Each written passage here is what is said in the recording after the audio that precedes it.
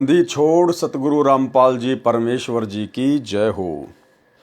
परम पिता परमात्मा सारी सृष्टि के रचनहार, कुल मालिक, असंख्य ब्रह्मांडों के स्वामी, जगत गुरु, तीनों लोकों में प्रवेश करके सबका धारण पोषण करने वाले राजाधिराज, आत्माधार, नाथों के नाथ, देवों के देव, महादेव, सर्वेश्वर, महेश्वर, मृत्युंजय, अजरो अमर, आदि अनादि सनातनी प्रभु, जगत पिता जगदीश्वर, श्री श्री 1008 की उपाधि के वास्तविक अधिकारी, अकाल मूरत शब्द स्वरूपी राम वासुदेव, सर्वगतम ब्रह्म, परम पूज्य, प्रथम पूज्य, परम संत, परम पुरुष, परम धनी, परम दयालु, सत्य कबीर, हक्का कबीर, अल्लाहु कबीर, अल्लाहु अकबर, बाखबर, अल्लाह ताला,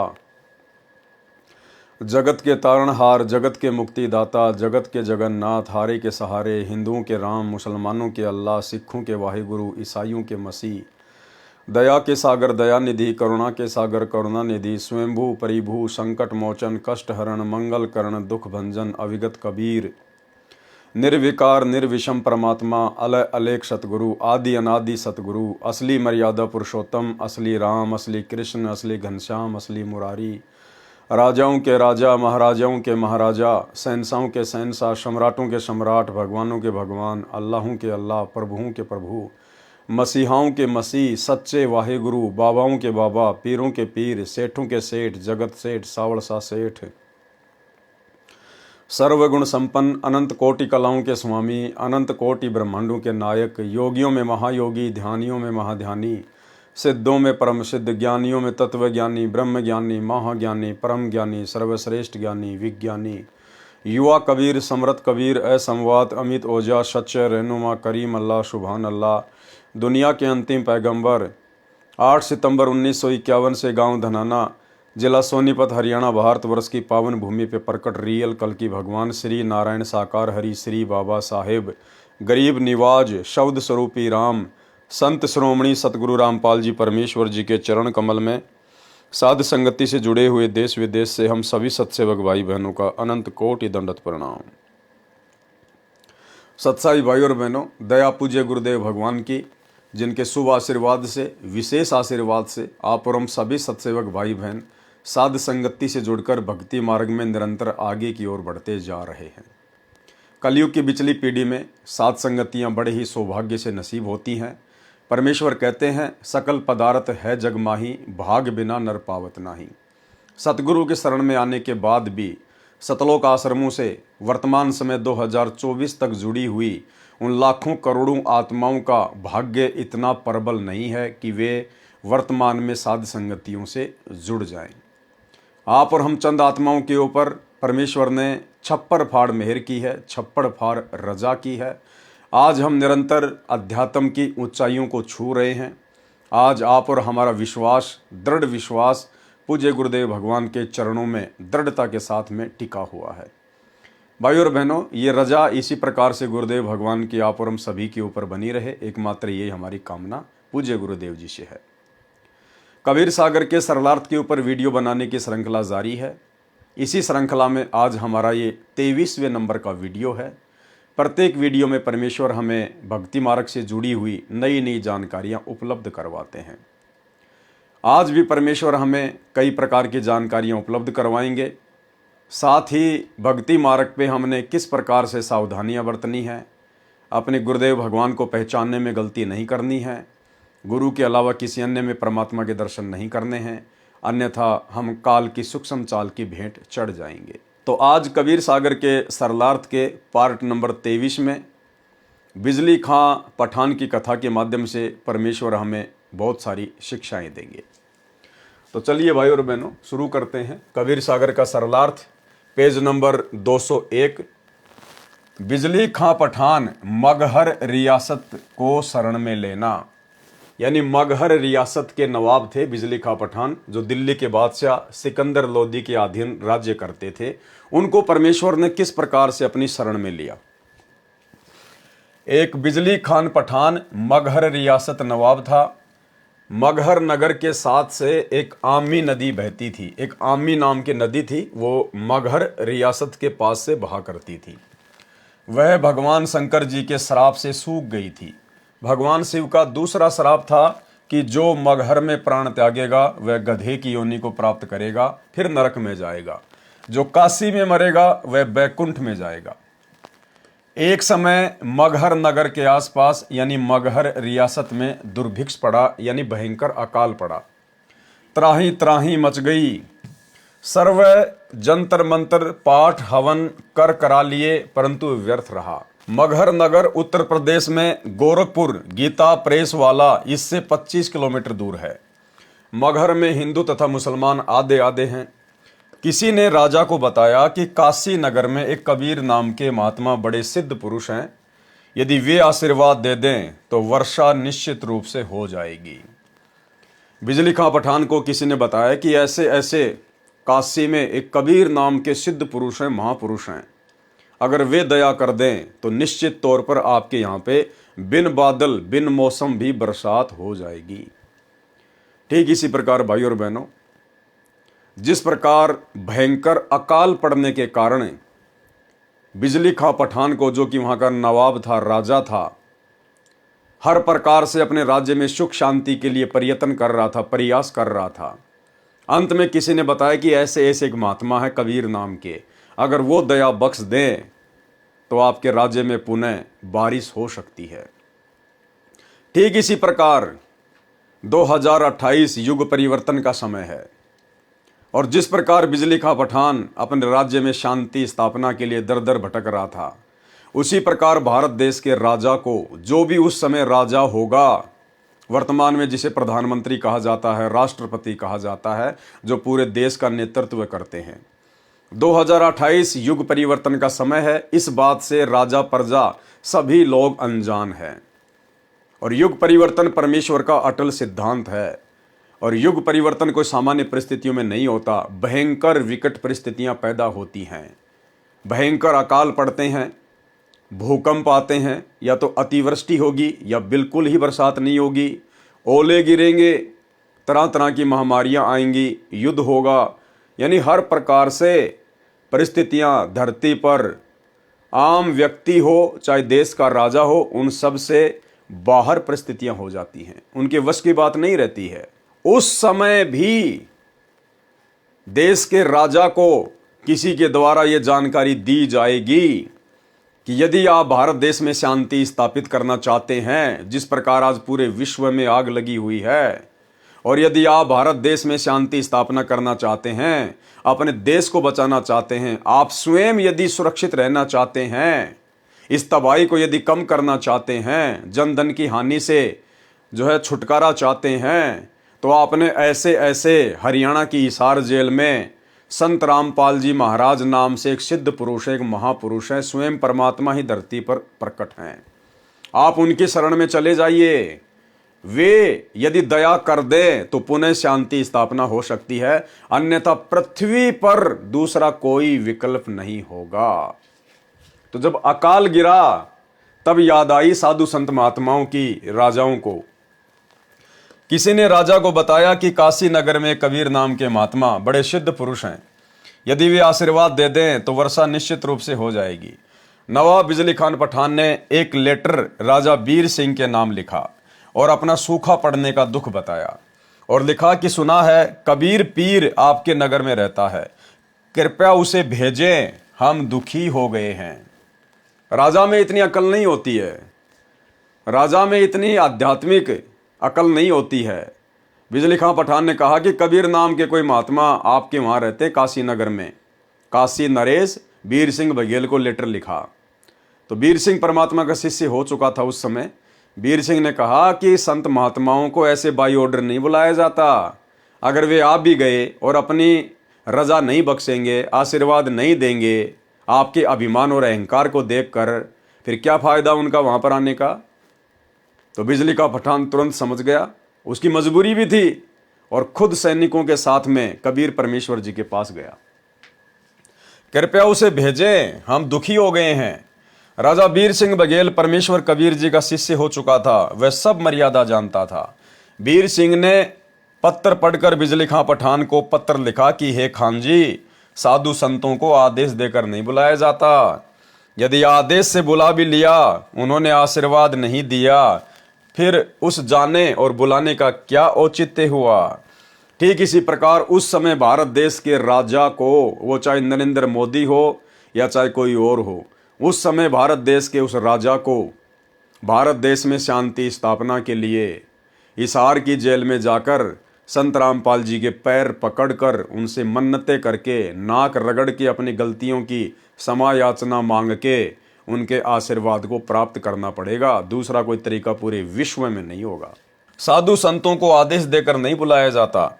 यदि आदेश से बुला भी लिया, उन्होंने आशीर्वाद नहीं दिया, फिर उस जाने और बुलाने का क्या औचित्य रहा। ये पत्र पढ़कर नवाब स्वयं अपने अंग रक्षकों के साथ गए। कबीर परमेश्वर जी से अपनी दुख भरी कहानी सुनाई। उस समय वीर सिंह बघेल भी साथ था। कबीर परमेश्वर घोड़े पर बैठकर नवाब के साथ चल दिए। गोरखनाथ जी सिद्ध पुरुष हैं, वे संसार छोड़कर जा चुके हैं। सिद्ध पुरुषों के पास कुछ वर्षों तक ये शक्ति रहती है कि वे जब चाहें पृथ्वी पर प्रकट हो जाते हैं, अपने पंथ का विस्तार फिर भी करते रहते हैं। जब गोरखनाथ जी को इस बात का पता चला कि तेरी तप स्थली गोरखपुर के पास कोई संत वर्षा कराने के मकसद से आ रहा है, तो मगहर नगर से 1 मील अर्थात लगभग 1.5 किलोमीटर दूर एक सूखी जोड़ी यानी तालाब के पास वृक्ष के नीचे बैठ गया। कौन? गोरखनाथ। परमेश्वर कबीर जी को गोरखनाथ ने पहले देखा था, बचपन में देखा था, जब कबीर परमेश्वर जो है लीला कर रहे थे 10 साल की आयु की, जिस समय गोरखनाथ काशी में और पंडित रामानंद जी के साथ में ज्ञान गोष्ठी करने गया था। उस समय कबीर परमेश्वर की लीला में आयु केवल 10 वर्ष की थी। उस समय गोरखनाथ ने कबीर परमात्मा को देखा था, उनसे दीक्षा ली थी। उसके बाद फिर वो नहीं मिल पाया, अपनी उन्हीं सिद्धियों में, तपस्याओं में वापस लग गया। जब परमेश्वर 10-12 वर्ष की लीला में आयु में थे, स्वामी रामानंद जी की उपस्थिति में कबीर जी तथा गोरखनाथ जी की गोष्ठी हुई थी। गोरखनाथ ने परमेश्वर कबीर जी से हार मानी थी, परंतु अहंकार शेष था। परमेश्वर कबीर जी को गोरखनाथ जी ने पहचाना नहीं। उस दिन परमेश्वर ने गोरखनाथ जी को देखा और जाना कि गोरखनाथ किस मकसद से बैठे हैं। परमात्मा तो अंतर्यामी है, जानी जान है, वो तो तुरंत जान गए कि गोरखनाथ क्यों बैठा हुआ है। वो तो काशी नगर से चलने से पहले भी जानते थे कि गोरखनाथ आएगा वहां पर अपने अहंकार वश। परमेश्वर कबीर जी तो अंतर्यामी हैं, उनको समझते देर नहीं लगी। परमेश्वर घोड़ा रोककर नीचे उतरे और नवाब से कहा कि हे बिजली खान, आप काशी गए, ये देखो महात्मा जी बैठे हैं, ये तो जो चाहे सो कर सकते हैं, इनसे प्रार्थना करो। नवाब बिजली खान ने सिद्ध पुरुष से वर्षा कराने की प्रार्थना की। गोरखनाथ जी उठे और अपने त्रिशूल को उस छोटे जोड़ी के बीच में जमीन में गाड़ा और निकाल लिया। पानी का फवारा निकला, तलैया भरने के पश्चात रुक गया। कबीर जी ने कहा कि हे बिजली खान, बन गया काम, महात्मा का धन्यवाद करो। बिजली खान ने कहा कि हे महात्मा जी, इस जल से तो एक समय हमारे पशु भी तृप्त नहीं हो सकते, वर्षा कराने की कृपा करें। गोरखनाथ जी क्रोध से बोले कि इस क्षेत्र के व्यक्तियों के भाग्य में 2 साल तक बारिश होने का संयोग नहीं है, पाप कर्म बढ़ा है, बारिश कैसे हो सकती है। यदि किसी में शक्ति है तो वर्षा करा के दिखा दे। उस समय गोरखनाथ जी कबीर जी पर व्यंग कर रहे थे। कबीर जी ने नवाब तथा साथ आए सैनिकों तथा गांव से आए व्यक्ति जो नवाब को देखकर उसी तलैया पर चले गए थे, सबको कहा मैं यहां बैठकर परमात्मा में धुन लगाता हूं। लीला की परमात्मा ने, उनको कहां धुन लगानी थी, वे तो स्वयं ही परमेश्वर हैं। मैं यहां बैठकर परमात्मा में धुन लगाता हूं, आप घर को जाओ। यदि परमेश्वर ने सुन ली तो आधे घंटे में बरसात हो जाएगी। यह कहकर परमेश्वर कबीर जी गोरखनाथ की तलैया से 200 फीट की दूरी पर बैठ गए। नवाब तथा प्रजा कैसे गांव जा सकती थी, उनके पैर नहीं चल रहे थे। 10 मिनट के अंदर ही जोर की घटा उठी, मूसलाधार वर्षा हुई, सब सरोवर भर गए, खेतों में पानी पानी हो गया। ये लीला देखकर बिजली खान पठान कबीर जी को प्रार्थना करके गांव ले गए। स्वयं नाम लिया, पूरे नगर के हिंदू तथा मुसलमानों ने दीक्षा ली। उस समय संतान की बहुत कमी होती थी। एक मुसलमान के घर कोई संतान नहीं थी, उम्र लगभग 70 वर्ष थी। पति पत्नी ने कबीर परमात्मा से रो रो कर पुत्र की मांग की। परमेश्वर जी ने आशीर्वाद दिया कि 10वें महीने पुत्र हो जाएगा। ऐसा ही हुआ। वर्तमान में उस व्यक्ति के परिवार का एक पूरा मोहल्ला यानी पूरी कॉलोनी बसी हुई है। उसका नाम मोहल्ला कबीर करम है। कबीर करम का अर्थ है कबीर कृपया ये दास मगर में, यानी गुरुदेव भगवान कह रहे हैं कि ये दास मगर में संगत को वह पवित्र यादगार दिखाने गया था। 3 बार वहां जाने का सौभाग्य प्राप्त हुआ। वहां के नागरिक कहते हैं कि परमेश्वर कबीर जी की कृपा से नगरी सुख से बस रही है। यहाँ हिंदू मुसलमान लगभग आधे आधे हैं। कभी भी धर्म के नाम पर आपस में झगड़ा नहीं हुआ है। देश के अन्य शहरों में कई बार हिंसा होती है, परंतु हमारे गांव में भाईचारा कायम रहा। क्यों? परमेश्वर के आशीर्वाद से। उस समय के लोग डरने वाले थे, साधु संतों की इज्जत करते थे। और वर्तमान में क्या हो रहा है? वर्तमान में क्या हो रहा है? सतगुरु रामपाल जी की संगत में 2 पार्ट हो गए। एक पार्ट जिसे सतलोक आश्रमों के नाम से जाना जाता है, दूसरा पार्ट जो ज्ञान आधार से भक्ति कर रहा है साध संगति के नाम से जाना जाता है। और आज सतलोक आश्रम नाम से वो पार्ट जो अज्ञान आधार से भक्ति कर रहा है, दिखावे की भक्ति कर रहा है, बाकी सारे कुकर्म कर रहा है, कोई मर्यादा नहीं निभा पा रहा है और जबरदस्ती साध संगत वालों के साथ में लड़ाई झगड़ा करते हैं, मुकदमेबाजी करते हैं, मारपीट करते हैं। सोचिए भाई और बहनों, 650 साल पहले परमात्मा ने आशीर्वाद दिया था और आज तक वहां पर हिंदू मुसलमानों का आपस में झगड़ा नहीं है। लेकिन वर्तमान में सतगुरु रामपाल जी के परिवार वाले, सोचिए इनके कितने बिगड़े हुए संस्कार हैं। अपने ही गुरु भाई बहनों के साथ में लड़ाई झगड़ा करते हैं, मारपीट करते हैं, मुकदमेबाजी करते हैं सत्सेवकों के साथ में। ये शर्म की बात है, डूब के मरने की बात है ये। यहाँ हिंदू मुसलमान लगभग आधे आधे हैं। कभी भी धर्म के नाम पर आपस में झगड़ा नहीं हुआ। देश के अन्य शहरों में कई बार हिंसा होती थी, परंतु हमारे गांव में भाईचारा कायम रहा। और सतगुरु रामपाल जी के परिवार वाले, ये कोऑर्डिनेटर, ये क्यों लड़ाई झगड़ा करते हैं हम सत्सेवकों के साथ में?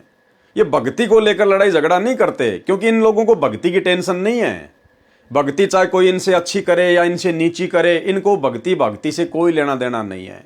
ये लड़ाई झगड़ा केवल इस डर के कारण करते हैं कि संगत को लूटने का जो कॉन्ट्रैक्ट इस काल से हमने ले रखा है, गुरुदेव के परिवार वालों ने, इन कोऑर्डिनेटरों ने, इनको डर है कि ये कॉन्ट्रैक्ट कहीं ये साथ संगत वाले ना ले लें, कहीं हमारे हाथ से संगत ना निकल जाए, कहीं हमारे हाथ से ये दान धर्म ज्योति पाठ का पैसा ना चला जाए। इनको फिक्र केवल माया की है, पैसे की है। अपने स्वार्थ के कारण ये उलझे हुए हैं।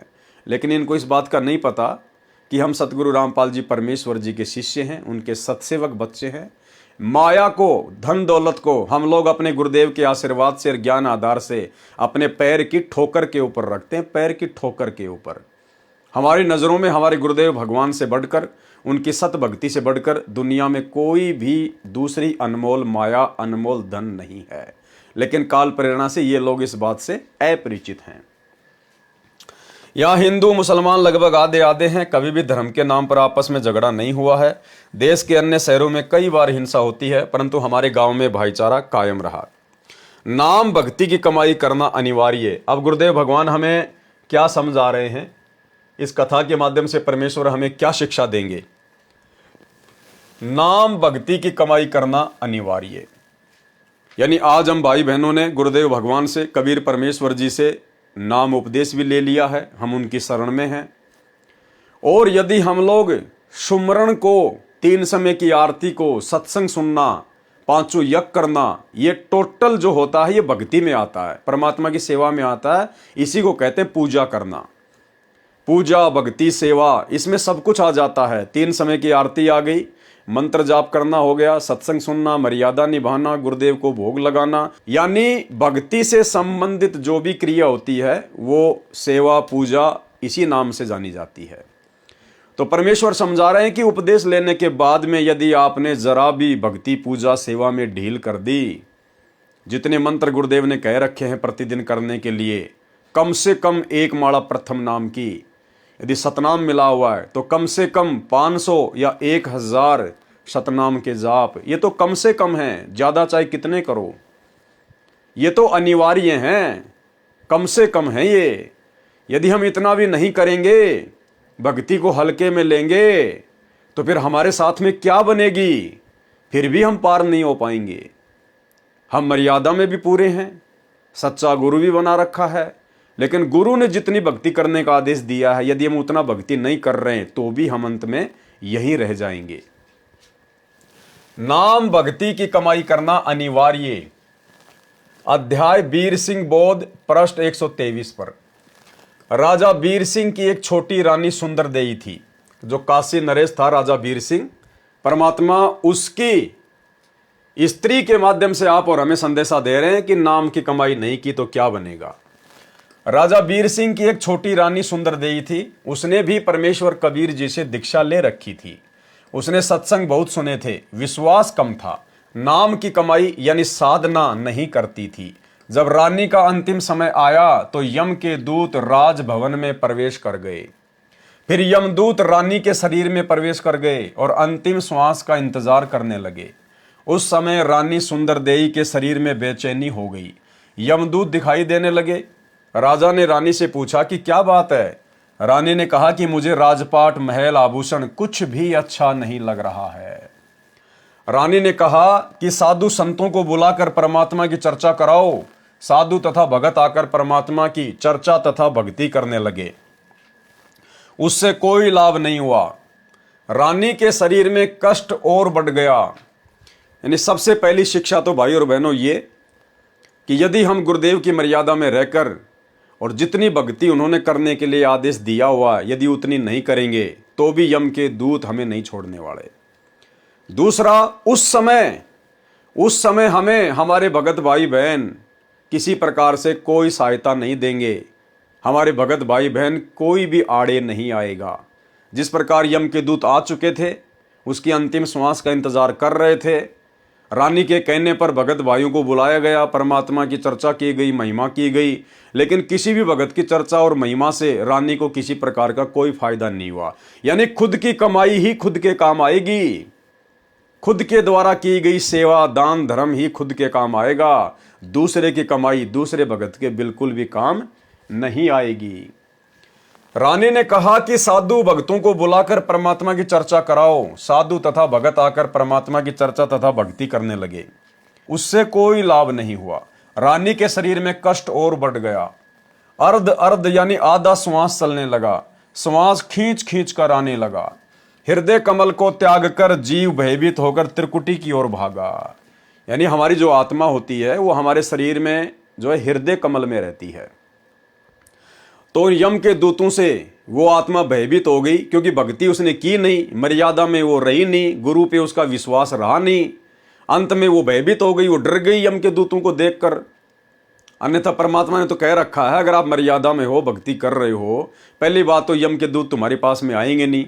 अगर आ भी गए गलती से तो नाम का सुमरण शुरू कर दो, उनके तीर से लगेंगे, वो दूर जाके खड़े हो जाएंगे। तो अंत समय जब आया तो रानी का जो जीव था वो हृदय कमल से और त्रिकुटी की ओर भागा, और तो कोई रास्ता नजर आएगा नहीं। वो त्रिकुटी की ओर दौड़ा अपने बचाव के लिए। हृदय कमल को त्याग कर जीव भयभीत होकर त्रिकुटी की ओर भागा। यम दूतों ने चारों ओर से घेर लिया। चारों यम दूतों ने जीव को घेर कर कहा कि आप चलो, हरि यानी प्रभु ने तुम्हें बुलाया है। तब रानी के जीव को सत्संग वचन याद आए। उसने यम दूतों से कहा कि हे बटपार, हे जालिमो, तुम यहाँ कैसे आ गए? हमारा सतगुरु हमारा मालिक है, आप हमें नहीं ले जा सकते। रानी को तुरंत वो सत्संग याद आ गए। उसी समय परमात्मा भी याद आ गया, उनके वचन भी याद आ गए कि हाँ, गुरुजी जो बात कहा करते थे ना कि यम के दूत आएंगे और वो गला दबा दबा के जीव निकालते हैं, तड़प तड़प कर जीव मरता है। फिर रानी ने हकीकत में देख लिया सूक्ष्म शरीर में कि भाई जो गुरुजी कहा करते थे बिल्कुल वैसा ही हो रहा है। और उस समय गुरुजी ने यह भी कहा था कि अगर ऐसी नौबत आ जाए तो अपने गुरु को याद करना, या आपके गुरुजी ने जो मंत्र दे रखा है वो सुमरण शुरू कर देना और कोई प्रयत्न मत करना। हे माँ, हे पिताजी, अरे बचाओ रे बचाओ रे। अगर ऐसा करना शुरू कर दिया और सुमरण नहीं किया या अपने गुरुदेव को याद नहीं किया, और गुरुदेव को याद करने का तरीका भी यही है, सुमरण, क्योंकि परमात्मा शब्द रूप है। और जब हम शब्द का उच्चारण करेंगे, उस मंत्र का जाप हम करेंगे तो हम सतगुरु को ही याद करते हैं। हम हैं सबद सबद हम माही, हमसे भिन्न और कछु नहीं। तो गुरुदेव ने हमें जो मंत्र दे दिया, जो सुमरण दे दिया, उसका जाप करना, अपने गुरुदेव को ही याद करना है, उन्हीं का चिंतन मनन होता है वो। तो रानी ने अपने गुरुदेव को याद किया, सारी बातें उसको याद आ गई। उसने यमदूतों से कहा कि हे बटपार, हे जालिमो, तुम यहां कैसे आ गए? हमारा सतगुरु हमारा मालिक है, आप हमें नहीं ले जा सकते। मेरे सतगुरु धनी ने मुझे नाम दिया है, मेरे गुरुजी आएंगे तो मैं जाऊंगी। ये बात सुनकर यम के दूत बोले कि यदि आपका कोई धनी है तो उसको बुलाओ, नहीं तो हमारे साथ परमात्मा के दरबार में चलो। जीव ने कहा कि धरनी आकाश से नगर नियारा, तहां निवाजे धनी हमारा। रानी ने क्या कहा कि इस पृथ्वी और आकाश से न्यारा है वो देश सतलोक, जहां पर हमारा खसम रहता है, हमारा धनी रहता है। ये भी कमजोरी है भाई और बहनों, ध्यान रखना। यदि आप और हमारे साथ में ऐसी नौबत आन पड़े, किसी भी कारण से, हो सकता है परमात्मा हमारी परीक्षा भी ले ले, क्योंकि परमेश्वर हर प्रकार से हमें चेक करेगा। कई बार शौपन के माध्यम से भी चेक करेंगे, या शरीर जब छूटेगा उस समय परमात्मा शब्द रूप में हमारे साथ में रहेंगे, दिखाई नहीं देंगे लेकिन रहेंगे हमारे आसपास में। तो उस समय हो सकता है यम के दूत आ जाएं, परमात्मा यम के दूतों का रूप बना ले आप और हमारी परीक्षा लेने के लिए कि हमारे अंदर कितनी दृढ़ता आई है, हम ऊपर की यात्रा करने के लायक हैं या नहीं है। तो यदि यम के दूत आ भी जाएं तो हमने उनसे डरना नहीं है, भयभीत नहीं होना है, क्योंकि गुरुदेव ने हमें विधि बता रखी है। हमने उसी समय अपना सुमरण चालू रखना है, सुमरण। इसीलिए तो परमात्मा ने श्वास का सुमरण दिया है। इस श्वास के सुमरण को आप 24 घंटे चालू रख सकते हो, 24 घंटे। यदि हम श्वास का सुमरण करते करते, सतनाम का जाप करते करते सो जाते हैं तो भी सूक्ष्म शरीर में वो सुमरण ऑटोमेटिक चलता रहता है। तो परमेश्वर ने बताया कि आपने उस समय सुमरण करना है, जो भी आपको मंत्र मिला हुआ है। अगर आपका शरीर यदि प्रथम नाम लेने के बाद छूट गया तो उस समय प्रथम नाम का जाप करना है। सतनाम है तो सतनाम का, सार नाम है तो सार नाम का, सार शब्द है फिर तो कहना ही क्या। तो उनके तीर से लगेंगे, भाले से लगेंगे, वो तुम्हारे निकट नहीं आ सकते। और यदि सुमरण भी याद ना हो तो अपने माता पिता को मत पुकारना, किसी रिश्तेदार को मत पुकारना, रोने मत लग जाना, इधर उधर भागने मत लग जाना। हे बंदी छोड़, हे बंदी छोड़, हे गुरुदेव भगवान, हे परमात्मा, हे परमेश्वर, कम से कम यही बोलने लग जाए हम, क्योंकि ये हमारे गुरुदेव भगवान के उपमात्मक नाम हैं। ये उन्हीं को संबोधित करने के नाम हैं। जय बंदी छोड़, हे परमात्मा, हे परमेश्वर, हे गुरुदेव भगवान, हे कबीर परमात्मा, हे मेरे पूज्य गुरुदेव। तो ये उन्हीं को पुकारने के नाम हैं। ये एक ऑप्शन है। सबसे पहले तो मंत्र जाप ही है। अगर वो किसी कारण से याद ना हो, ज़्यादा भयभीत हो जाए, तो फिर ये परमात्मा के उपमात्मक जो नाम है, उनके शक्ति बोधक जो नाम है, फिर हमने इनको पुकारना है। अपने माता पिता या भाई बंधु रिश्तेदारों को पुकारने से अच्छा है परमेश्वर के उपमात्मक नामों को पुकारें। अगम शब्द जब वाखे नाऊं, तब यम जीव के निकट नहीं आऊं। तो हमने ये गलती बिल्कुल नहीं करनी है। उस रानी ने क्या कहा? उस रानी ने कहा कि धरती और आकाश से न्यारा जो देश है, वहां पे हमारे परमात्मा बैठे हैं, हमारा सतगुरु बैठा है। तो ये गलती हमने नहीं करनी। हमने वहां का रेफरेंस नहीं देना। हमने तो सीधा सीधा कहना है कि परम पूज्य सतगुरु रामपाल जी परमेश्वर, सारी सृष्टि के मालिक मेरे पूज्य गुरुदेव हैं, मेरा पिता है। और भाई आपका और हमारा तो कोई अकाउंट ही नहीं है, कोई हिसाब किताब नहीं है। लगता है यमराज ने गलती से भेज दिया, धोखे से आ गए तुम। आपका और हमारा कोई हिसाब किताब नहीं है। अगर वो कहें कि भाई आप अपने धनी को बुलाओ, आप अपने गुरु को बुलाओ, कौन है तुम्हारा गुरु, तो उसी समय अपना सुमरण कर देना है कि हे परमपिता परमेश्वर, हे पूज्य गुरुदेव भगवान, हे परमेश्वर, यदि आपकी मर्जी हो परमात्मा, तो आप जी इन यमदूतों को दर्शन देने की कृपया करें। ये नहीं कहना उनके डराने से, धमकाने से कि गुरुजी आप कहाँ हो, जल्दी आओ, जल्दी आओ, जल्दी आओ, आपको यमदूत बुला रहे हैं। उन यमदूतों की क्या औकात परमात्मा के सामने भाई, जो यमदूतों के कहने से और हम परमात्मा को यमदूतों का आदेश बताएंगे। हमने प्रार्थना करनी है कि परमेश्वर यदि आप जी उचित समझें तो परमेश्वर इन यमदूतों को भी दर्शन देकर इनको कृतार्थ करें। ये आपको याद कर रहे हैं परमेश्वर, हे अंतर्यामी, ये आपको याद कर रहे हैं। इस प्रकार से हमने प्रार्थना करनी है। सतगुरु तो जानी जान है, अंतर्यामी, हमारे पास में ही रहता है। वो तो यमदूतों के भी साथ में रहता है। उस परमेश्वर की शक्ति से ही यमराज अपना सारा ये विधान यहाँ पे सेट किए बैठा है। तो हमने इस प्रकार से प्रार्थना करनी है। बाकी डरना नहीं है, घबराना नहीं है, कोई भी हो चाहे। और ये डर और घबराहट केवल उसी भगत को नहीं होगी उस समय जो भगत अंतिम श्वास तक मर्यादा में रहेगा, दृढ़ विश्वास के साथ भक्ति करता रहेगा और जो साध संगति से जुड़ा हुआ होगा। अन्यथा भाई और बहनों पसीने आ जाएंगे, पसीने। भावार्थ, पहले तो रानी को विश्वास नहीं हो रहा था कि जो सतगुरु जी सत्संग में ज्ञान सुना रहे हैं वह सत्य है। वह सोचती थी कि यह केवल कहानी है, क्योंकि सब नौकर नौकरानी आज्ञा मिलते ही दौड़े दौड़े आते थे, मनमर्जी का खाना खाती थी, सुंदर वस्त्र आभूषण पहनती थी। उसने सोचा था कि ऐसे ही आनंद बना रहेगा। यह तो पूर्व जन्म की बैटरी चार्ज थी। वर्तमान में चार्जर मिला, नाम मिल गया तो चालू नहीं किया, यानी वर्तमान में सुमरण मिल गया तो उसने जाप नहीं किए पूरे, यानी साधना नहीं की। जब बैटरी की चार्जिंग समाप्त हो जाती है, बैटरी डाउन हो जाती है, तो सभी सुविधाएं बंद हो जाती हैं। फिर ना पंखा चलता है, ना बल्ब जगता है, बटन दबाते रहो, कोई क्रिया नहीं होती। इसी प्रकार जीव का पूर्व जन्म की भक्ति का धन यानी चार्जिंग समाप्त हो जाती है तो सर्व सुविधाएं छीन ली जाती हैं। जीव को नरक में डाल दिया जाता है। तब उसको अकल आती है, उस समय वक्त हाथ से निकल चुका होता है।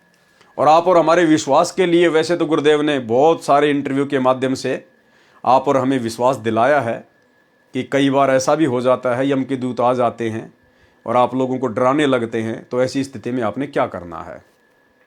तो 2 एग्जाम्पल दिए परमात्मा ने। एग्जाम्पल तो हजारों की संख्या में है, लेकिन गुरुदेव ने जो अपने मुख कमल से बताए वो 2 एग्जाम्पल दास आपको यहाँ पर उन्हीं के मुख कमल से सुनाना चाहेगा।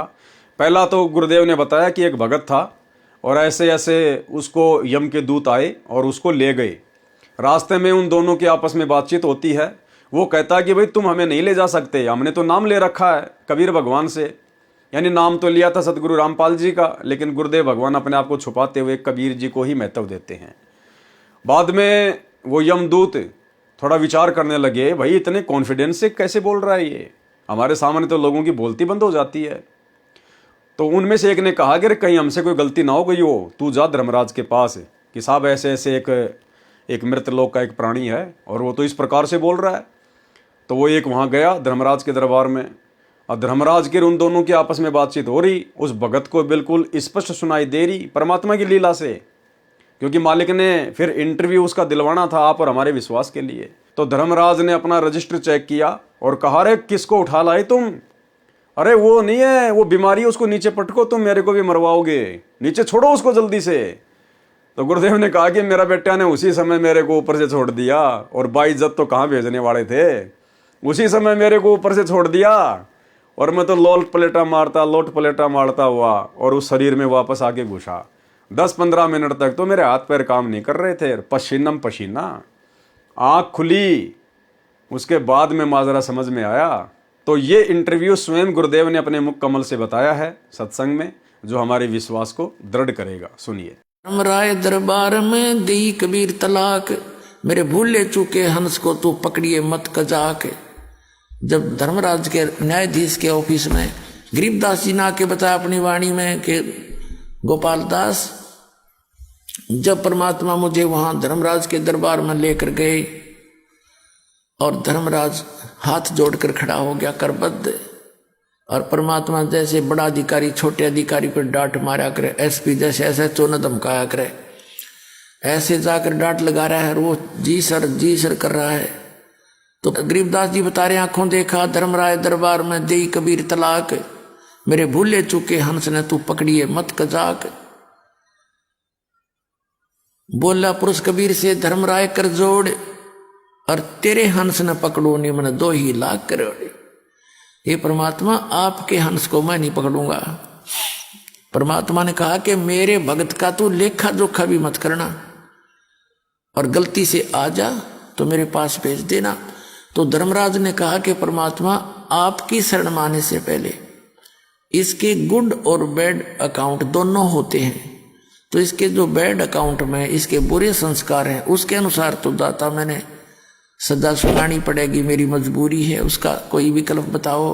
तो परमात्मा ने कहा कि कर्म भ्रम ब्रह्मंड के मैं पल में कर दूं नेस, उनको क्रॉस मार दूंगा, और जिन हमारी दो ही दिसो करो हमारे पेश।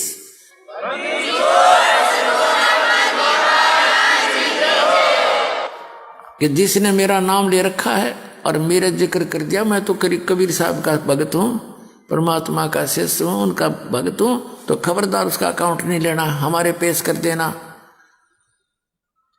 तो पुण्यात्मा एक भगत बता रहा था, रात्रि के समय मैंने सपना आया और दो आए इसी बूढ़ी बूढ़ी शक्ल के और पकड़ कर मेरी बाँख, चल तेरा टाइम हो लिया, पूरा टाइम हो गया तेरा समय, मुझे ले गए ऊपर।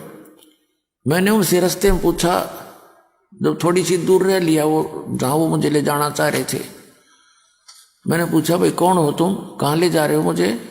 कि हम हैं यम के दूत और पहले ले जाओगे तेरे धर्मराज के दरबार में, और फिर जैसा आदेश होगा फिर हम तेरे को वहाँ छोड़ देंगे। ने बोला यम के दूत और महाराज थारा के मेड़ भाई, तुम तो मुझे ले जा नहीं सकते, तो तुम्हें पता है मैं कबीर साहब का भगत हूँ और ऐसे नाम ले रखा है मैंने, मैं कबीर परमात्मा का बच्चा हूँ, तुम नहीं ले जा सकते मुझे। वो बोला चल चल सीधा था ना, तो न गट देंगे बात। ने बोला मैं गुट्टान के साथ छुटान लग गया, वो छोड़ने क्यों? दोनों खूब खुच्चम खुच्चा हो गया हम तीनों जने। तो वो तगड़े थे, मेरा भी कई मार गए, मुझे खड़ा कर लिया। तो वो फिर डर गए इस बात, तब इतना कॉन्फिडेंस से जब कह रहा है कि गड़बड़ हो जा, थारे दूध चूक लागी हो। एक ने कहने लगा तू इसके पास खड़ा रहा, मैं पहले अंदर जाके वेरीफाई कराया हूँ। तो उसने जाके कहता मैंने न सोने दूर थे, वो तो मालिक की लीला थी, अंदर बतलाते। उसने कहा जी ऐसे ऐसे एक व्यक्ति लाए हैं जो आपका आदेश था। वो तो यूँ कहे मैं कबीर साहब का भगत हूँ, तो मुझे ले जा नहीं सकते। ये बात कर दे, उसने फट दे वो फाइल खोल ली उसकी। ने बोला निकम्मे यू नहीं है, वो दूसरा है इससे नाम का, और पटको इसे मरवाओगे मुन्ने भी।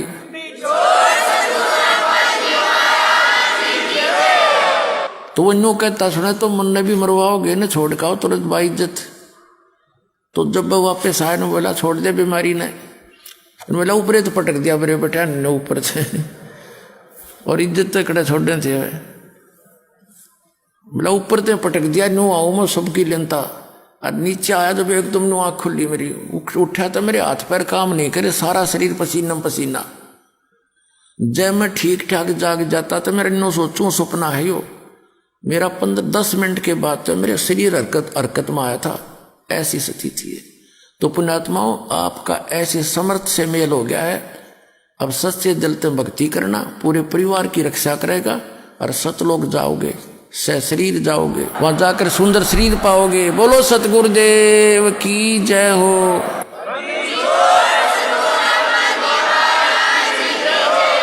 इसके अलावा भाइयों और बहनों, सन 2010 या 11 की घटना है, और वर्तमान में हिसार जेल से जो विशेष संदेश आ रहे हैं उनमें गुरुदेव भगवान ने जिक्र किया है सन 2010 या 11 की घटना का, कि एक भगत था, वो सत्संग में आने लगा, पीछे से उसकी जो भगतमती थी जिसने नाम नहीं ले रखा था, वो उसको दुखी करती थी, परेशान करती थी सत्संग के नाम पर। तो जैसे ही वो भगत अपने घर से सत्संग के लिए निकला, पीछे से उसका फ़ोन आ गया कि कहाँ हो, बच्चा बीमार हो गया है, जल्दी आओ। भगत ने कहा कि मैं तो जा रहा हूँ सत्संग में, घर पर पैसे रखे हुए हैं, हॉस्पिटल बराबर में है, बच्चे को दिखा ले। ये कहकर उसने फ़ोन ही बंद कर दिया और सत्संग सुना। दूसरे दिन जैसे उसने फ़ोन खोला, तुरंत उसकी भगतमती का फ़ोन आया, कहा कि कहाँ हो? बोला सत्संग में हूँ। फिर उसने बहुत सारी बातें बताई कि आज तो चमत्कार हो गया हैं, आपके गुरुजी कैसे हैं, लंबे लंबे हैं, सर में सफ़ेद बाल हैं, सफ़ेद कपड़े पहनते हैं। भगत ने सोचा कि भाई आज ये क्या भाषा बोल रही है, क्यों पूछ रही है। तो गुरुदेव ने बताया कि उस लड़के ने अपनी माँ को बताया कि जिस समय हॉस्पिटल में था मैं, और ऐसे ऐसे यम के दूत आए और मुझे ले जा रहे थे पकड़ के शरीर से निकाल के, और उस समय ऐसे ऐसे एक लंबी लंबी हाइट का सफ़ेद सफ़ेद बाल वाला सफ़ेद कुर्ते पजामे पहना हुआ एक बाबा आया, एक आदमी आया, और उसने झटका मारकर यम के दूतों से मेरा हाथ छुड़ाया। अब उसके बाद वो भगत भी रोने लग गया, उसकी भी आंखों में आंसू आ गए। कुछ दिनों बाद में उसके बाल बच्चों ने भी गुरुदेव से उपदेश ले लिया। तो भाई और बहनों, गुरुदेव अपने मुख कमल से ये इंटरव्यू बता रहे हैं, वर्तमान में ही हिसार जेल से जो ऑडियो आ रही है उनमें गुरुदेव कह रहे हैं कि इस दास ने उनको झटका दे के छुड़वाया।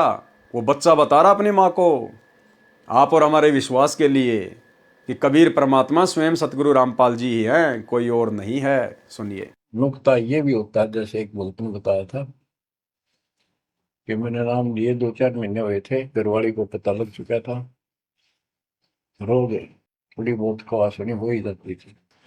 एक दिन मैं सत्संग में आने लग रहा था, रास्ते में फोन आया, 10-11 की बात है, कि इकलौता बेटा बीमार हो गया बहुत सख्त, कहा हो, जल्दी आओ। मैंने कहा वैसे तुम्हारे पास है, हॉस्पिटल बिल्कुल साथ है, वहां दिखा लो, डॉक्टर ने इलाज करना, पैसे शुरू है, मैं जा रहा हूँ सत्संग। बस वो लगी उल्टे सुलटी बात सुनाने, मैंने फोन काट दिया, मैं आ गया पास में, मैंने फोन ना बंद रखा। अगले दिन फोन खोला, उसी टाइम फोन आया कि लड़का ठीक हो गया, तो पीछे चमत्कार हो गया, डॉक्टर भी हैरान है, ये हो कैसे बेहतर हो।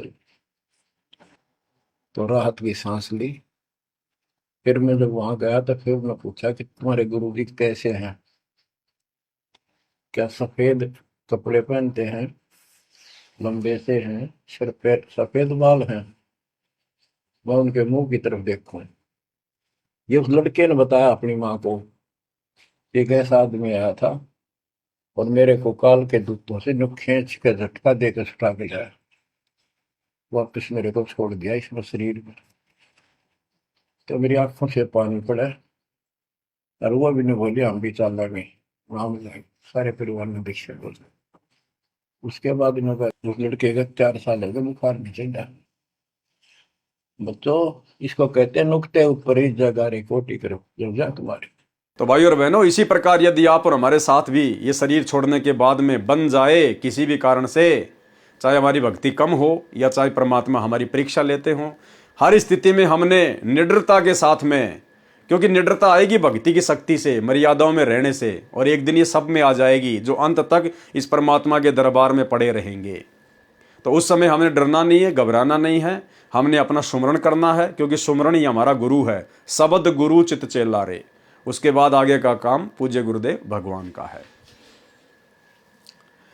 तब उसको अकल आती है, उस समय वक्त हाथ से निकल चुका होता है, केवल पश्चाताप और रोना शेष रह जाता है।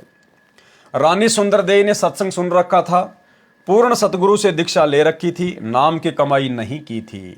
दीक्षा लेने के बाद भी भक्ति पूरी नहीं कर पाई, नाम की कमाई पूरी नहीं कर पाई, पूरा विश्वास अपने गुरुदेव पर, उनके वचनों पर, सत्संगों पर नहीं कर पाई। वह गुरुद्रोही नहीं हुई थी, गुरु निंदा भी नहीं किया करती थी। रानी ने सतगुरु को याद किया कि हे सतगुरु, हे मेरे धनी, मेरे को यमदूतों ने घेर रखा है, मुझ दासी को छुड़ाओ। मैंने आपकी दीक्षा ले रखी है, आज मुझे पता चला कि ऐसी आपत्ति में न पति न पत्नी न बेटा बेटी भाई बहन राजा प्रजा कोई सहायता नहीं करता। गुरुदेव हमें शिक्षा दे रहे हैं उस रानी के माध्यम से कि उस समय, आज तुम जिन राजनेताओं की चापलूसी कर रहे हो, कभी कांग्रेस को वोट डाल रहे हो, कभी बीजेपी को वोट डाल रहे हो, कभी क्या कर रहे हो, कभी गांव वालों को खुश करने के लिए स्टेडियम बना रहे हो, हॉस्पिटल खोल रहे हो, गांव वालों के लिए एम्बुलेंस चला रहे हो, बसें चला रहे हो, रोडे बना रहे हो। उस समय में राजा प्रजा भी काम नहीं आएगी, केवल सतगुरु काम आएगा, सतगुरु। तो आप और हमें गुरुदेव शिक्षा दे रहे हैं कि अपने गुरुजी के प्रति पूर्णतया समर्पित रहो, इन राजनेताओं की, चंद नेताओं की चापलूसी ना करो, दुनिया को खुश करने का प्रयास मत करो, ये दुनिया अंत समय में काम नहीं आएगी, सतगुरु काम आएगा। सतगुरु को प्रसन्न करने वाली भक्ति क्रिया करो, और सतगुरु इन आडंबरों से, पाखंडों से प्रसन्न नहीं होता, सतगुरु मर्यादित भक्ति से प्रसन्न होता है। आज मुझे पता चला कि ऐसी आपत्ति में न पति न पत्नी न बेटा बेटी न भाई बहन न राजा प्रजा कोई सहायक नहीं होता। रानी के जीव ने हृदय से सतगुरु को पुकारा, तुरंत सतगुरु कबीर जी वहां उपस्थित हुए, तुरंत सतगुरु रामपाल जी परमेश्वर वहां पर उपस्थित हो जाते हैं, क्योंकि ये परमात्मा आत्मा के अंग संग ही रहता है शब्द रूप में। रानी ने दौड़कर सतगुरुदेव जी के चरण लिए। उसी समय यमदूत भागकर हरि यानी धर्मराज के पास गए और बताया कि उसका सतगुरु आया, तो वहां पर प्रकाश हो गया। जीव ने सत्य सुकृत नाम जपा था। यमदूतों ने क्या बताया कि उस जीव ने सत्य सुकृत नाम जपा था। लेकिन भाई और बहनों, उसने सत्य सुकृत जाप नहीं जपा, क्योंकि वो तो अपने सतगुरु को याद कर रही थी। हे सतगुरु, हे सतगुरु, हे गुरुजी, हे धनी। नाम तो भूल चुकी थी वो, नाम तो वो जपती नहीं थी, नाम तो उसकी जुबान पे था ही नहीं। वो तो यमदूतों को परमात्मा ने सत सुकृत नाम सुनाया, ताकि वो यमदूत जब धर्मराज को जाकर बताएं तो धर्मराज समझ जाए कि हाँ भाई, अगर सत सुकृत नाम जपा था तो उसका गुरु कौन होगा। उसको इतना ही याद था, इस कारण से उसको यमदूतों से छुड़वाया तथा पुनः जीवन बढ़ाया। तब रानी ने दिल से भक्ति की, फिर सतगुरु कबीर जी ने पुनः सतनाम सारनाम दिया, उसकी कमाई की। क्योंकि भाई और बहनों, वो सत सुकृत जपेगी कहां से, क्योंकि परमात्मा ने तो बीच बीच के 5 मंत्र दिए थे उस समय 650 साल पहले। ये कंप्लीट नाम तो किसी को दिया ही नहीं। जो सत सुकृत शब्द प्रथम मंत्र के शुरुआती मंत्र में आता है, तो वो नाम तो उस समय किसी को परमेश्वर ने दिया ही नहीं था, केवल बीच बीच के 5 मंत्र दिया करते थे। तो रानी कहां से सत सुकृत जाप करती। वो तो गुरुदेव ने, कबीर परमात्मा ने यमदूतों को सुनाया, जिस कारण से वहां पर प्रकाश ही प्रकाश हो गया और यम के दूत वहां से भाग निकले। उसको इतना ही याद था, इस कारण से उसको यमदूतों से छुड़वाया तथा पुनः जीवन बढ़ाया। तब रानी ने दिल से भक्ति की, फिर सतगुरु कबीर जी ने पुनः सतनाम सारनाम दिया, उसकी कमाई की। संसार असार दिखाई देने लगा, क्योंकि अपनी आंखों से देख लिया था ना कि भैया, अगर नाम की कमाई नहीं की, भक्ति नहीं की, तो फिर से मेरे सामने वैसी परिस्थितियां पैदा होंगी। परमात्मा ने उसको डरा दिया और उस डर के कारण उसने फिर जम के भक्ति की।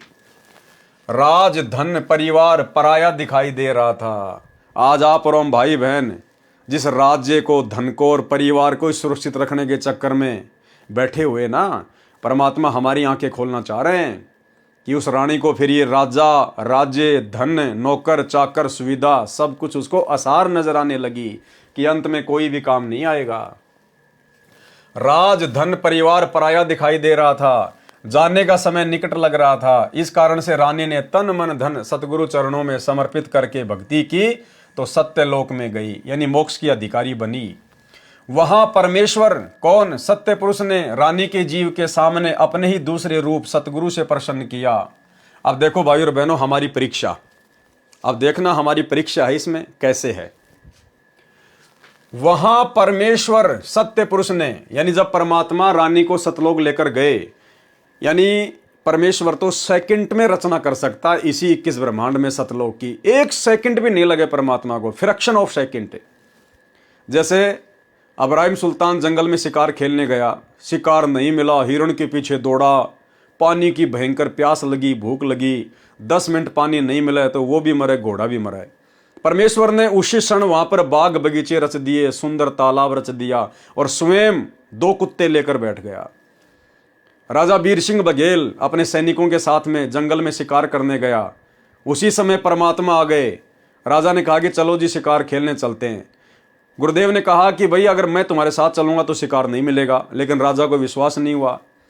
चले गए, शिकार नहीं मिला और पानी की इतनी भयंकर प्यास लगी, गर्मियों का समय था। राजा ने सैनिकों को दौड़ाया कि कहीं कोई पानी की व्यवस्था करो, लेकिन पानी नहीं मिला। सबने सोचा कि भैया अगर 20 मिनट में पानी नहीं मिला तो सारे मरेंगे आज। उसी समय परमात्मा ने कहा कि उस पहाड़ के ऊपर जाओ और वहां पर सुंदर बाग बगीचे हैं, फलदार वृक्ष हैं और शुद्ध वहां पर तालाब भरा हुआ जल का। तो 1 सेकंड में परमात्मा ने रच दिया। तो ऐसे ही परमेश्वर ने 1 सेकंड में सतलोक रच दिया और परमेश्वर रानी को कहां लेके गए, उस सतलोक में लेके गए। अब यहां पर जो जिक्र गुरुदेव करना चाहते हैं, उसमें परमात्मा हमें क्या समझाना चाहते हैं, आप और हमारी परीक्षा है। इस कारण से रानी ने तन मन धन सतगुरु चरणों में समर्पित करके भक्ति की, तो सतलोक में गई। अब सतलोक में जाने के बाद क्या हुआ, वहां कहां, सतलोक में परमेश्वर अर्थात सत्य पुरुष ने रानी के जीव के सामने अपने ही दूसरे रूप सतगुरु से प्रसन्न किया। यानी एक रूप में परमात्मा वहां सतलोक में बैठे हुए हैं और एक रूप में उसके गुरु के रूप में उसको नीचे से ऊपर लेकर गए। और सतलोक में बैठे हुए रूप ने सतगुरु वाले रूप से सवाल किया, प्रसन्न किया रानी को लेकर। वहां परमेश्वर ने रानी के जीव के सामने अपने ही दूसरे रूप सतगुरु से प्रसन्न किया कि हे कड़ीहार यानी तारणहार, मेरे जीव को यमदूतों ने कैसे रोक लिया। सतगुरु रूप में कबीर जी ने कहा कि हे परमेश्वर, इसने दीक्षा लेकर भक्ति नहीं की, इस कारण से इसको यमदूतों ने घेर लिया था, मैंने छुड़वाया। परमेश्वर कबीर जी ने जीव से कहा कि आपने भक्ति क्यों नहीं की, सतलोक में कैसे आ गई।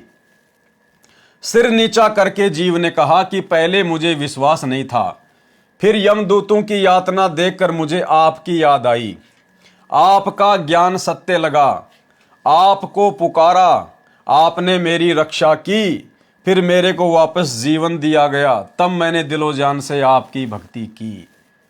भाइयों और बहनों, यदि ये परीक्षा आप और हमारी हो जाए, आज इस कलयुग की पिछली पीढ़ी में गुरु और गोविंद का जो भेद था, जो ज्ञान आधार से गुरुदेव ने समाप्त कर दिया है कि गुरु और गोविंद दो नहीं भाई, जब तक दो समझोगे दो जग में जाई। अगर इस प्रकार की परीक्षा गुरुदेव आप और हमारी ले लें, हमें सतलोक लेकर जाएं या यहीं पर सतलोक की रचना कर दें और हमें लेकर जाएं नीचे से सतगुरु रामपाल जी अपने रूप में, और वहाँ हमने देखा कि सिंहासन लगा हुआ है, कोई और कबीर परमात्मा बैठा हुआ है, तो हमने उस परमेश्वर को महत्व नहीं देना है। धोखा खा जाएंगे उसी समय, फैल हो जाएंगे उसी समय। हमारा गुरु ही परमेश्वर है, गुरु ही सत्य पुरुष है। हमने उस सिंहासन वाले के किसी भी सवाल का कोई जवाब नहीं देना, केवल अपने गुरुदेव भगवान के आगे हाथ जोड़ने, उन्हीं से अर्ज करनी है, उन्हीं से प्रार्थना करनी है। ये हमारी परीक्षा होगी, और त्रिकुटी पर भी परमात्मा हमारी इस प्रकार से परीक्षा लेंगे। एक सत्संग में गुरुदेव ने हमें क्या समझाया कि गुरु गोविंद दोनों खड़े काके लागू पाए, बलिहारी गुरु अपना जिन गोविंद दियो बताए। गुरुदेव ने बताया जब तुम त्रिकुटी पर जाओगे और एक रूप में तो वहां पर मैं खड़ा हूं यानी तुम्हारा गुरु, और दूसरे रूप में यदि कबीर परमात्मा अपने ओरिजिनल रूप में आ जाए, दाढ़ी मूछ वाले रूप में, जिसको नादान संगत कबीर भगवान मानती है, तो भगत को गुरुदेव ने आदेश दिया कि बलिहारी गुरु अपना जिन गोविंदियों मिलाए। अपने ही गुरुदेव के चरणों में गिरना है। उधर अगर उस कबीर भगवान की तरफ अगर झांक भी लिया, देख भी लिया, उसी समय फैल हो जाओगे। और यहां भी ऐसा ही है, यानी वर्तमान में हम जो भक्ति कर रहे हैं ना, यहां भी हमने ऐसा ही करना है। इसलिए तो हमने दाढ़ी मूछ वाली कबीर जी की फोटो को घर से बाहर कर दिया कि ना रहेगा बांस, ना बजेगी बांसुरी। तो पहले सुनिए ये सत्संग। गुरु और गोविंद दोनों खड़े, वहां मान लीजिए परमात्मा दोनों रूप बना के खड़ा हो जा, एक दास का रूप और दूसरा अपना ओरिजिनल रूप। तो कहते हैं वहां भी परीक्षा होगी, किसके लागू पाए। सबसे पहले कहते बलिहारी गुरु अपना जिन गोविंदियों मिलाए। अपने गुरु जी के ही चरणों में गिरना, वहां पर परमात्मा की तरफ अगर झांक भी लिया उधर साथ होगी तो वो रिजेक्ट करेंगे आपको। यहां भी ऐसा ही होगा। अपने गुरु जी के ही चरणों में गिरना, वहां पर परमात्मा की तरफ अगर झांक भी लिया उधर साथ होगी तो वो रिजेक्ट करेंगे आपको। यहां भी ऐसा ही होगा। अपने गुरु जी के ही चरणों में गिरना, वहां पर परमात्मा की तरफ अगर झांक भी लिया उधर साथ होगी तो वो रिजेक्ट करेंगे आपको। यहां भी ऐसा ही होगा। तो वहां गुरु जी के ही चरणों में समर्पित होना है, तो भगवान प्रसन्न। तो भाई और बहनों, आपके समझ में आ गया होगा, ये रानी की परीक्षा थी। परमात्मा रानी को लेकर गए नहीं लेकर गए हमें नहीं पता, लेकिन परमेश्वर ने यदि यहां पर लिखा है तो भाई और बहनों, ये आप और हमारी परीक्षा है। जिस प्रकार वो रानी सतलोक में सत्य पुरुष को देखकर, उस तेजोमय रूप को देखकर कह रही थी कि मैंने आपको पुकारा, आप आए मेरी रक्षा करने के लिए, जबकि आया तो सतगुरु था रक्षा करने के लिए। लेकिन वहां पर रानी ने देखा कि ये है भगवान। जिस प्रकार हर किसी ने धोखा खाया, धर्मदास जी ने धोखा खाया, नानक जी ने धोखा खाया, दादू जी ने धोखा खाया, मलुकदास जी ने धोखा खाया, गीसा संत जी ने धोखा खाया। जिनको भी परमात्मा सतलोक लेकर गए नीचे से सतगुरु रूप में, जिंदा महात्मा के रूप में, और वहां जैसे ही उन्होंने देखा कि सिंहासन पर तेजोमय परमात्मा बैठा है, और नीचे से गया हुआ सतगुरु जिंदा महात्मा उस तेजोमय रूप के ऊपर चवर करने लगता है।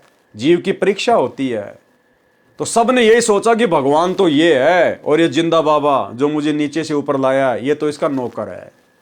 लेकिन कुछ ही समय बाद में वो सत्य पुरुष वहां से खड़ा होता है और सतगुरु रामपाल जी सिंहासन पर बैठ जाते हैं और कुछ ही देर में फिर वो दाढ़ी मूंछ वाला तेजोमय शरीर संत रामपाल जी के शरीर में समा जाता है। अकेले सतगुरु रामपाल जी सिंहासन पर रह जाते हैं। फिर उनकी आंखें खुलती हैं कि भाई ये नौकर नाकर नहीं है, ये तो खुद ही सत्य पुरुष है, तो लीला कर रहे हैं नीचे।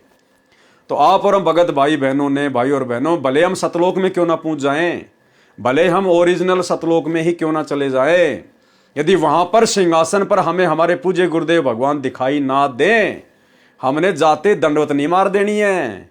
कहीं को दाढ़ी मूंछ वाला बैठा और हमने मार दी वहां पे जाके दंडवते। हाँ, यदि हमें यह आभास हो गया वहां पर कि मेरे ही गुरु का रूप सामने है, मेरे ही गुरुदेव भगवान अपने दूसरे रूप में तेजोमय रूप में यहां पर बैठे हुए हैं, और जब तक हमारे गुरुदेव भगवान या तो उस तेजोमय रूप में ना समा जाएं या वो तेजोमय रूप हमारे गुरुदेव में ना समा जाए, तब तक हमने दंडवत नहीं करना है। जब तक एक रूप ना रह जाए, एक रूप, तब तक हमने दंडवत नहीं करना। चाहे वो कितना तेजोमय रूप है और गुरुजी हमारे पास में खड़े, हमने सामने जाके दंडवत नहीं मारनी, उसके फेल हो जाएंगे। हमें क्या पता वो सतलोक है क्या है, क्या पता परमात्मा यहीं पर हमारी परीक्षा ले रहे हैं। तो हमने केवल अपने गुरुजी के प्रति समर्पित रहना है हर हाल में, चाहे परिस्थितियां कैसी भी क्यों ना हो। आपको पुकारा, आपने मेरी रक्षा की, फिर मेरे को वापस जीवन दिया, तब मैंने दिलो जान से आपकी भक्ति की। पूर्ण दीक्षा प्राप्त करके आपकी ही कृपा से और गुरुजी के सहयोग से, देखो क्या कह रही है रानी, कि मैंने पूर्ण भक्ति करके आपकी कृपा से और गुरुजी के सहयोग से, आपकी कृपा और गुरुजी का सहयोग, यानी भगवान तो मान रही है सामने वाले को और सतगुरु को केवल अपना गुरु मान रही है, कि आपकी कृपा से और गुरुजी के सहयोग से। तो उसने तो दो मान लिए ना। और मालिक कहते हैं गुरु और गोविंद दो नहीं भाई, जब तक दो समझोगे दो जग में जाई। और वो रानी फिर कई बार दो जग में गई, क्योंकि उस समय तो मोक्ष होना नहीं था। 650 साल पहले तो वर्तमान की पिछली पीढ़ी में मोक्ष होना था। तो मनुष्य जन्म तो प्राप्त किए होंगे 2, 4, 5, 10, हर बार माँ के पेट में आई, नरक तो भोगना पड़ा ना। तो मालिक का वचन मिथ्या नहीं है। तो जो गलती उस रानी ने की, आप और हमने सतगुरु को लेकर वो गलती नहीं करनी है। क्या कहा रानी ने, कि पूर्ण दीक्षा प्राप्त करके आपकी कृपा से, वो सतलोक में बैठे हुए तेजोमय रूप वाले को कह रही है कि आपकी तो कृपा से और गुरु जी के सहयोग से, यानी उसने दो मान रखे थे, गुरु अलग और परमात्मा अलग, मैं यहां आपके चरणों में पहुंच पाई हूं। सत्यलोक में जाकर भगत अन्य भक्तों के पास भेज दिया जाता है। सुंदर अमर शरीर मिलता है, बहुत बड़ा आवास यानी महल मिलता है, विमान आंगन में खड़ा है, सिद्धियां आदेश का इंतजार करती हैं, तुरंत विद्युत की तरह सक्रिय हो जाती है, बिजली की तरह। जैसे बिजली का बटन स्विच दबाते ही बिजली से चलने वाला यंत्र तुरंत कार्य करने लगता है, ऐसे वहां पर वचन का बटन स्विच है। जो वस्तु चाहिए बोलिए, वस्तु पदार्थ आपके पास उपस्थित होगा।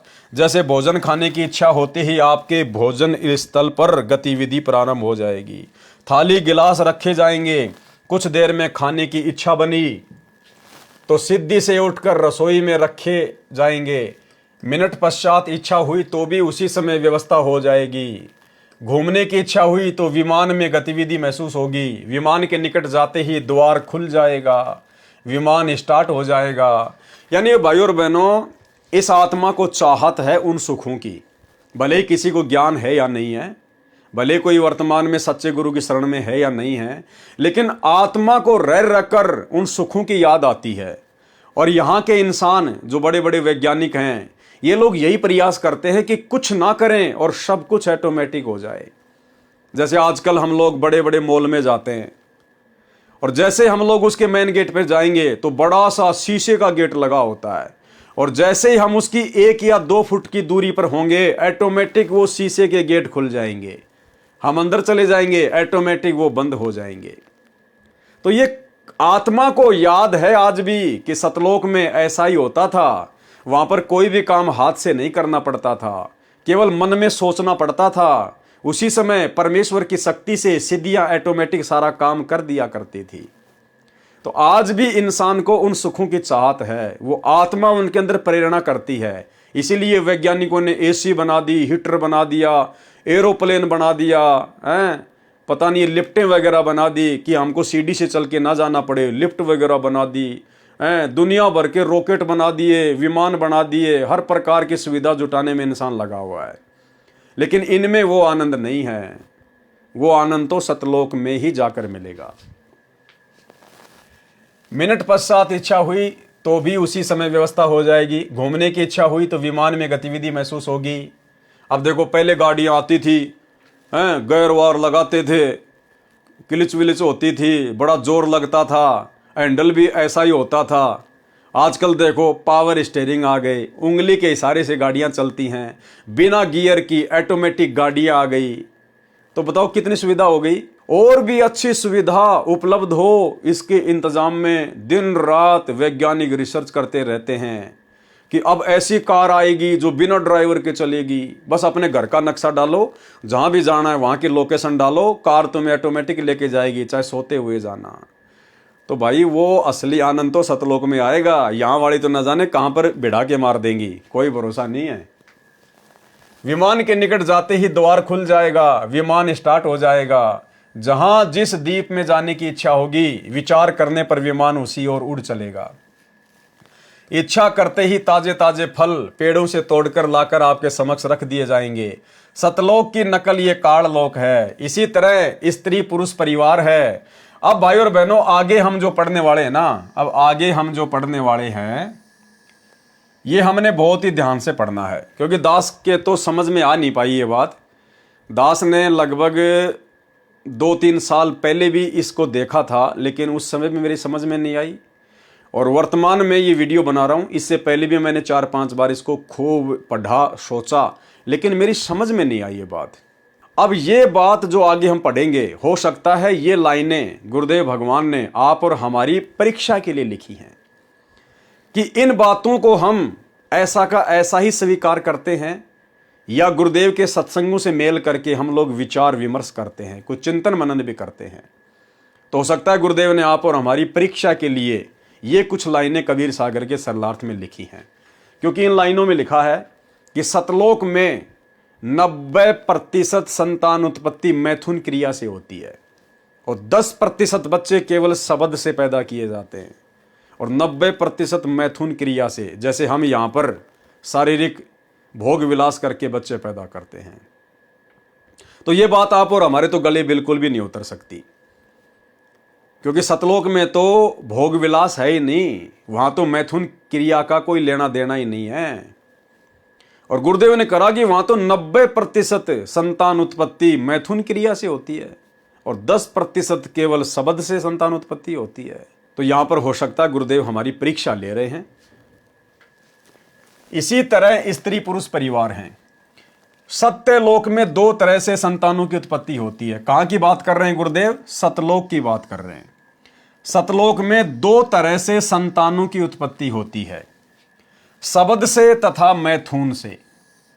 यह हमारी परीक्षा है भाई और बहनों, कि हम इन बातों को ज्यों का त्यों स्वीकार कर लेते हैं, या इस प्रकार के शब्द आते ही गुरुदेव के ज्ञान आधार से हमारी खोपड़ी में कोई हलचल पैदा होती है।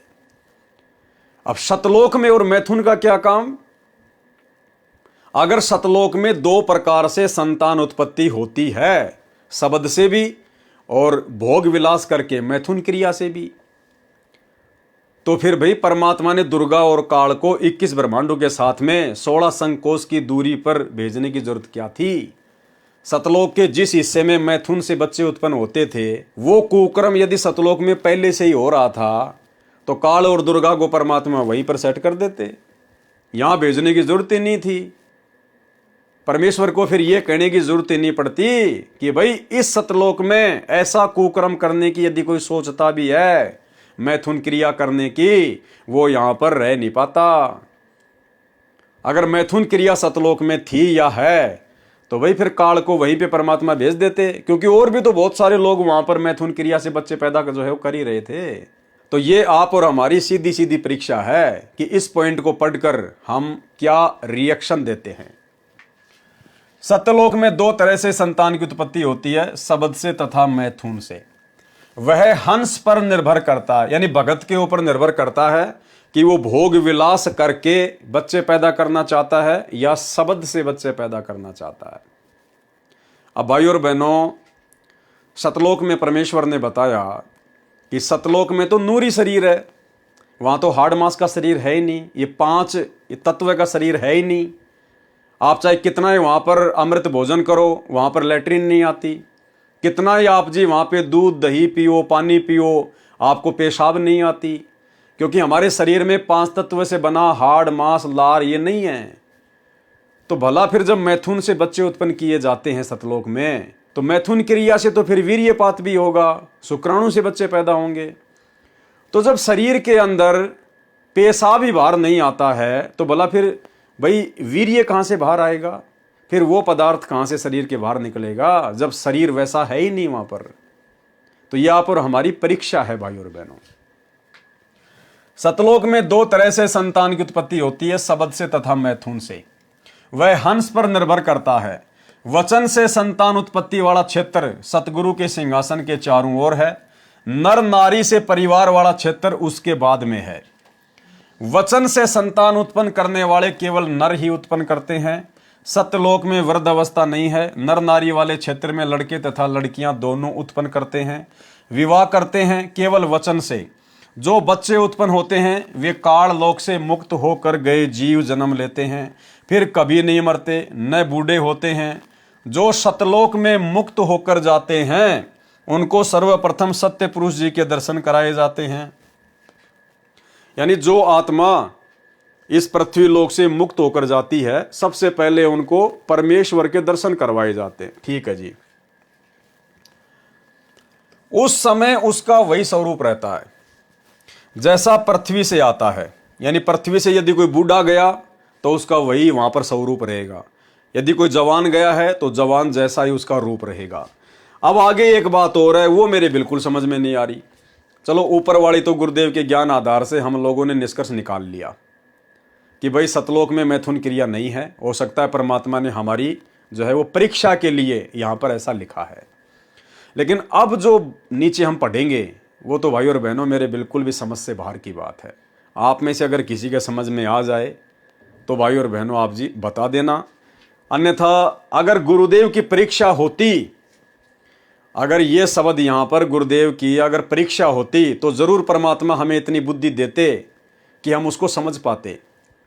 लेकिन यहाँ पर भाई और बहनों मुझे या तो ये मिलावट लगती है या फिर इस कबीर सागर को प्रिंट करवाते समय ये गड़बड़ हुई है। नहीं, गुरुदेव ने अगर कोई बात लिखी है तो हमारे समझ में जरूर आनी चाहिए। परंतु वरद नीचे से गया, परंतु यदि कोई बूढ़ा व्यक्ति नीचे से गया कहां? सतलोक, तो वहां सत्य पुरुष के सामने उसी अवस्था व स्वरूप में जाता है। क्या कहा जा रहा है? यदि नीचे से कोई बूढ़ा आदमी मोक्ष प्राप्त करके गया सतलोक में तो सत्य पुरुष के सामने उसी अवस्था व स्वरूप में जाता है। यानी बूढ़ा आदमी बूढ़े आदमी वाली ही रूप में स्वरूप में वहां पर जाएगा सत्य पुरुष के सामने। क्लियर हो गया? उसका प्रकाश 16 सूर्यों के प्रकाश जितना हो जाता है। ठीक है। उसके पश्चात उसको उस स्थान पर भेजा जाता है जो सबसे भिन्न है। वहां जाते ही उसका स्वरूप तो वैसा ही रहता है, लेकिन उसके शरीर का प्रकाश 16 सूर्यों जैसा हो जाता है। तो वो तो पहले भी हो ही गया था। अब यहां आगे क्या कहा जा रहा है? परंतु यदि वरद नीचे से गया है तो युवा अवस्था हो जाती है। अब ये दोगली सी बातें हो गई भाई और बहनों, समझ से बाहर की बात है। ऊपर तो क्या कहा जा रहा है? यदि कोई बूढ़ा आदमी नीचे से सतलोक जाएगा तो वो बूढ़ा ही रहता है, परंतु वरद नीचे से गया तो वहां सत्यपुरुष के सामने उसी अवस्था वह स्वरूप में जाता है। कौन सी में? बूढ़े वाली में। और यहां क्या कहा जा रहा है? यदि वरद यानी बूढ़ा नीचे से गया है तो युवा अवस्था हो जाती है। अब ये दास की समझ से बाहर की बात है भाई और बहनों। एक लाइन ऊपर तो कहा जा रहा है कि सतलोक में नीचे से यदि कोई बूढ़ा आदमी जाएगा तो वो बूढ़े जैसा रहेगा, और दूसरी लाइन में कहा जा रहा है कि नीचे से यदि कोई बूढ़ा गया तो वो युवा हो जाता है। अब ये मिलावट है या क्या चक्कर है, दास की तो बुद्धि से बाहर की बात है। अब इसके ऊपर भला हम क्या विश्लेषण करें? जब समझ से बाहर की बात है तो भला क्या विश्लेषण करें? कुछ एक बातें परमेश्वर ने सत्संगों में ये भी कह रखी है कि यदि आपको कोई बात समझ में नहीं आती है तो उसको छोड़ देना, फिर कभी न कभी किसी न किसी सत्संग के माध्यम से कैसे न कैसे वो बात परमात्मा समझा देगा। तो या तो ये बहुत ही गहरी और गूढ़ ज्ञान वाली कोई बात है जो आप और हमारी बुद्धि से बाहर की बात है, और यदि हमसे कोई गलती हुई हो तो परमेश्वर हमें क्षमा करें, हम क्षमा प्रार्थी हैं। और बाकी आप और हमारे समझ से बाहर की बात है। ये मिलावट है या परमात्मा के कोई गूढ़ ज्ञान की बात है, ये हम परमेश्वर के ऊपर ही छोड़ देते हैं। हम ज़्यादा दिमाग इसमें नहीं लगाएंगे और हमारे कोई मतलब की भी नहीं है। अब वहाँ जाने के बाद हम बूढ़े रहेंगे, बच्चे रहेंगे, जवान रहेंगे, हमारी तो चलेगी नहीं। जैसे यहाँ हमारी नहीं चल रही तो सतलोक में हमारी कहाँ चलेगी? वहाँ पर तो सत्य पुरुष की चलेगी। यहाँ पर जैसे काल की चलती है वहाँ पर परमात्मा की चलेगी। वो परमात्मा चाहे बूढ़ा रखे चाहे जवान रखे, हम कौन होते फिर उसे जवान लड़ाने वाले? तो इसको हम छोड़ देते हैं। जब कभी पूज्य गुरुदेव भगवान हिसार जेल से लीला पूरी करके आएंगे और यदि हमें सौभाग्य मिलेगा उनके दर्शन करने का, उस समय परमेश्वर के सामने रखेंगे, परमात्मा शंका का समाधान करेंगे। परंतु वरद नीचे से गया तो वहां सत्य पुरुष के सामने उसी अवस्था व स्वरूप में जाता है। उसका प्रकाश 16 सूर्यों के प्रकाश जितना हो जाता है। उसके पश्चात उसको उस स्थान पर भेजा जाता है जो सबसे भिन्न है। वहां जाते ही उसका स्वरूप तो वैसा ही रहता है, लेकिन उसके शरीर का प्रकाश 16 सूर्य जैसा हो जाता है। अब शरीर का प्रकाश पहले भी 16 सूर्य जैसा और वहां जाने के बाद भी 16 सूर्य जैसा हो जाता है, तो वो तो पहले ही था। अब यहाँ लिखा जा रहा है कि जब ऊपर जाता है तो बूढ़ा जो है बूढ़ा ही रहता है, और यहाँ लिखा जा रहा है कि बूढ़ा ऊपर जाता है तो वो जवान हो जाता है। परंतु यदि वृद्ध नीचे से गया है तो युवावस्था में हो जाती है। तो ये छोड़ दीजिए भाई और बहनों, आप और हमारी समझ से बाहर की बात है। या फिर ये मिलावट हुई है या फिर ये प्रिंट करवाते समय गलती हुई है, तो बताओ फिर हम इनका क्या निष्कर्ष निकालेंगे? जवान है तो जवान ही रहता है, बालक है तो बालक ही रहता है। वहां पर कुछ को सत्य पुरुष के वचन से स्त्री पुरुष का शरीर मिलता है, कुछ बीज रूप में परमेश्वर द्वारा बनाए जाते हैं, जिनका फिर एक बार किसी के घर सतलोक में जन्म होगा, परिवार बनेगा। उस स्थान पर वे हंस एक बार जन्म लेंगे जो काल लोक तथा अक्षर लोक से मुक्त होकर जाते हैं, एकांत स्थान पर रखे जाते हैं। वे दोनों क्षेत्रों में जन्म लेते हैं। वचन से उत्पन्न होने वाले तथा स्त्री पुरुष से जन्म लेने वाले में स्त्री पुरुष से उत्पत्ति की औसत अधिक होती है। ये औसत 10/90 होती है, यानी 10% तो शब्द से बच्चे उत्पन्न होते हैं सतलोक में, और 90% होते हैं विवाह रीति से उत्पन्न होते हैं, यानी मैथुन क्रिया से उत्पन्न होते हैं। तो ये तो भाई और बहनों बिल्कुल भी स्वीकार्य बात नहीं है, क्योंकि हमारे गुरुदेव भगवान ने, सतगुरु रामपाल जी परमेश्वर ने अपने 30 वर्षों के आध्यात्मिक कैरियर में उन्होंने हजारों की संख्या में सत्संग किए हैं, बार बार सृष्टि रचना सुनाई है। परमात्मा ने कभी भी इस बात का जिक्र नहीं किया कि सतलोक में मैथुन क्रिया से बच्चे उत्पन्न होते हैं। अगर ऐसा होता तो काल को यहाँ भेजने की जरूरत कहाँ थी? परमात्मा उसी क्षेत्र में भेज देता दुर्गा और काल को कि भाई जब लाखों करोड़ों आत्माएं पहले से वहाँ पर मैथुन क्रिया कर रही हैं तो तुम भी वहीं जाके मर लो। यहाँ भेजने की परमात्मा ने आवश्यकता ही नहीं थी।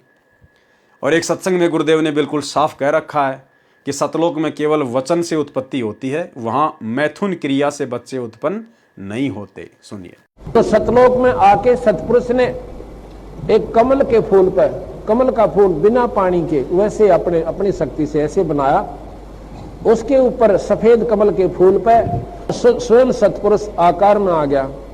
उनकी इतनी चमक है कि एक रूम में इतनी चमक निकलती है जैसे करोड़ों सूर्य और करोड़ों चांद मिला दे, और दोनों की रोशनी मिलकर जो चमक देवा पर गर्मी ना हो, इतनी झलक उस बंदी छोड़ भगवान सतपुरुष के एक रूम में तो निकल रही है। इतना उनका तेजोमय शरीर है। तो सतपुरुष ने अपने, कहते हैं, 17 शब्द उच्चारण किए, वहां सतलोक की सृष्टि रची।